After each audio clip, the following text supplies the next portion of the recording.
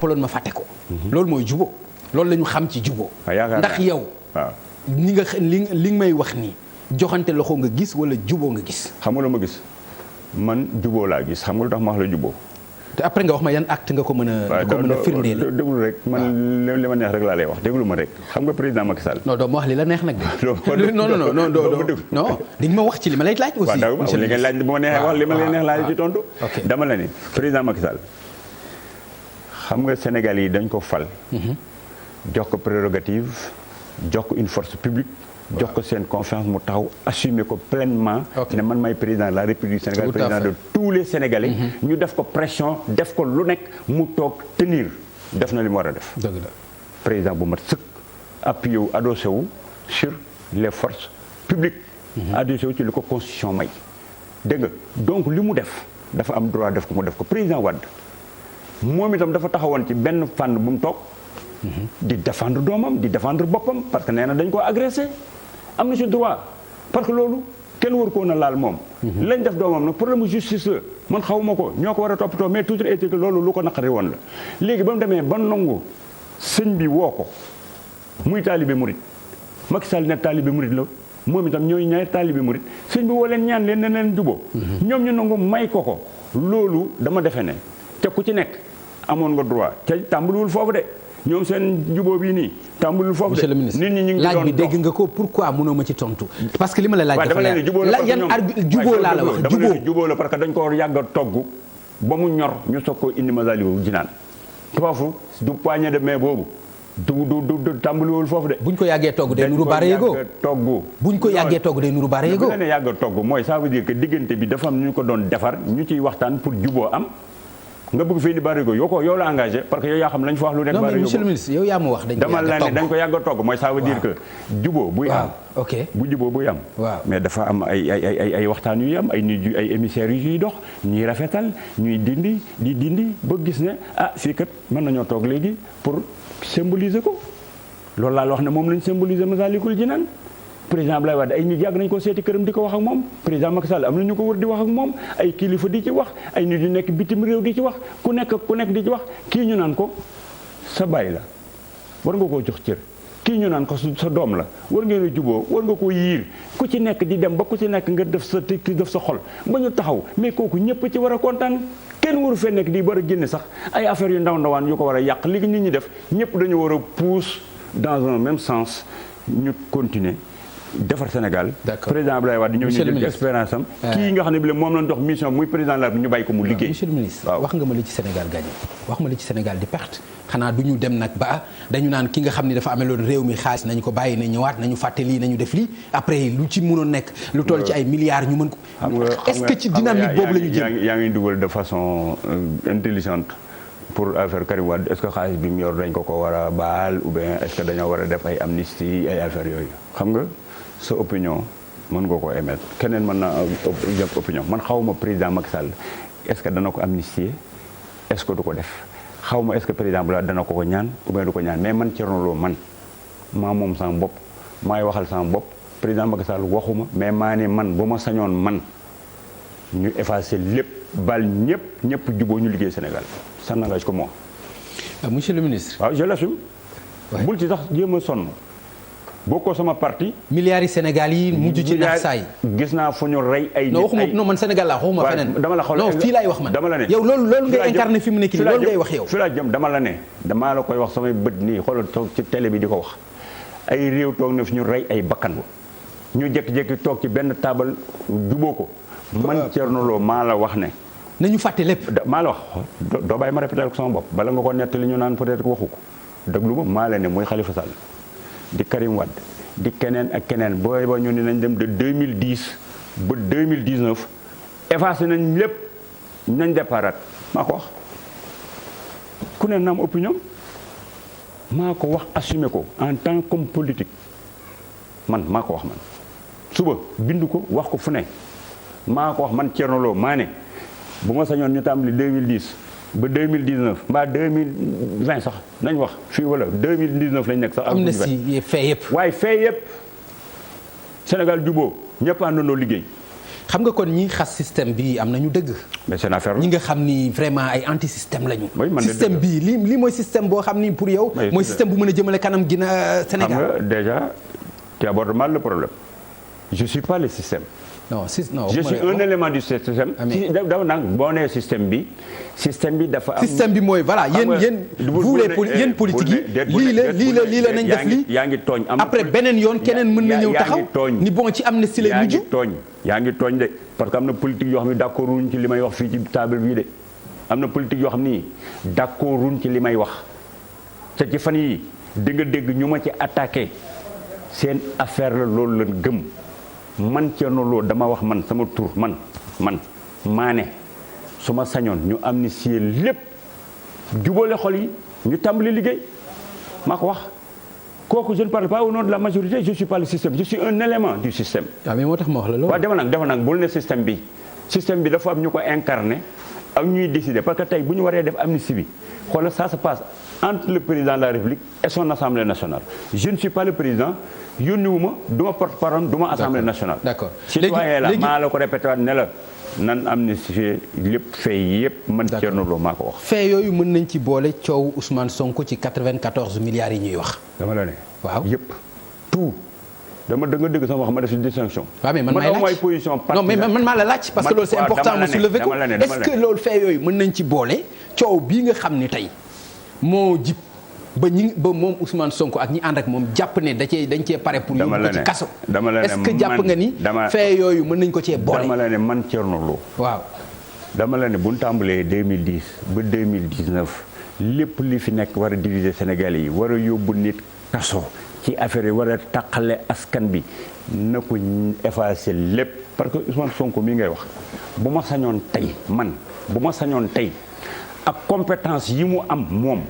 ak li mu toog ci biir Sénégal yéene bi mu am mu dikk partagé ko ak président Macky Sall ñu boole ko ci ñi yor réew mi barke Serigne Touba képp ku yor xam-xam ci man ci Sénégal nga xam ne mën ngaa fexe ba défi yi ñuy interpellé ñu toog transcender ko au lieu que ñuy toog di rayante nga ñëw boole ko fertiliser réflexion bi gis naa ko Serigne Touba bu ma sañoon nga ñëw tey pour que ñu defal réew. monsieur le ministre ba li ngay wax nii. dañu nekk ci réew nekk ci démocratie war a am opposition. bu waxee lii ngay wax nii c'est-à-dire yàgg naa dégg ngay wax yu mel noonu. mais vous passez complètement à côté parce que bu ñu waxee ne bu ma sañoon ñi am xam-xam yépp ñëw am na ñoo xam ne du ñëw ba ila yawmil diini dafa am ñoo xam ne ils sont anti système ils sont anti pouvoir mënunoo bëgg pouvoir tey bu opposition ci boppam moo nekk seen deret moom la ñu xam nañ ko ni def opposition bi te it néewuma nañu def un gouvernement d'union nationale ku nekk ci biir gouvernement dama leen nañ am ay consensus pour jubóo pour relever les défis ku ci nekk compartiment ba nga xam ne bi la mën nga fa servir sa réew nga servir ko fa parce que mën nga servir sa réew te doo nekk ministre doo nekk député sur le plan de la réflexion tout simplement mën nga fertiliser li président bi def pour que réew mi jëm ci kanam bàyyi leen di jël destin wu nit ñi ngeen wékk ko ci ay ministre wékk ko ci ay député wékk ko ci ay directeur man ba ma nekk ak samay morom te bari nañu avant que may nekk tey jii PCA bi samay note samay bind samay article yàgg naa koo bind pour di joxe sama xalaat ci réew mi ak di ko wax borom réew mi moom nag moo am compétence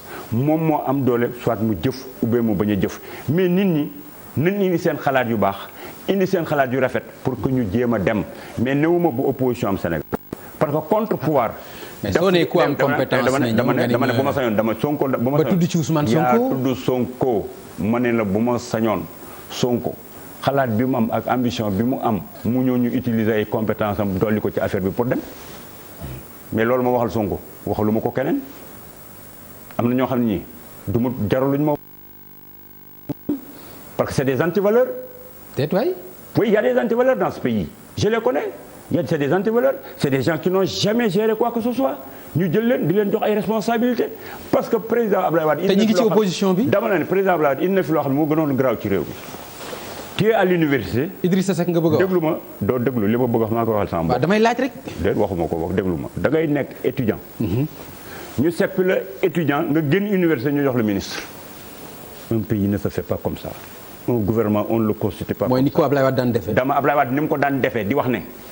ku ma neex lay fal sama gouvernement bi déglu dafa wax lu gën a kii gaaw lool mu ne sama gouvernement bi dama fi nii ay nit pour que ñuy jàng c'est pour apprendre on n'apprend pas dans un gouvernement. on peut tirer de l'expérience boo dikki ci biir pratique bi mais on vient dans un gouvernement pour mettre en œuvre. donc ak lu mel noonu gis nga ko ci dernier gouvernement Macky Sall bi gis nga ko ci dernier gouvernement Macky Sall bi. defal nag man xam nga dernier gouvernement Macky Sall bu ma la waxee sama aqulay taala xale yi ñu ci jël xaw ma ci kenn. loolu kay kon mooy dëggal li ngay wax xaw ma ci kenn du man Thierno loolu ku ma xamut du man ku ma xamut.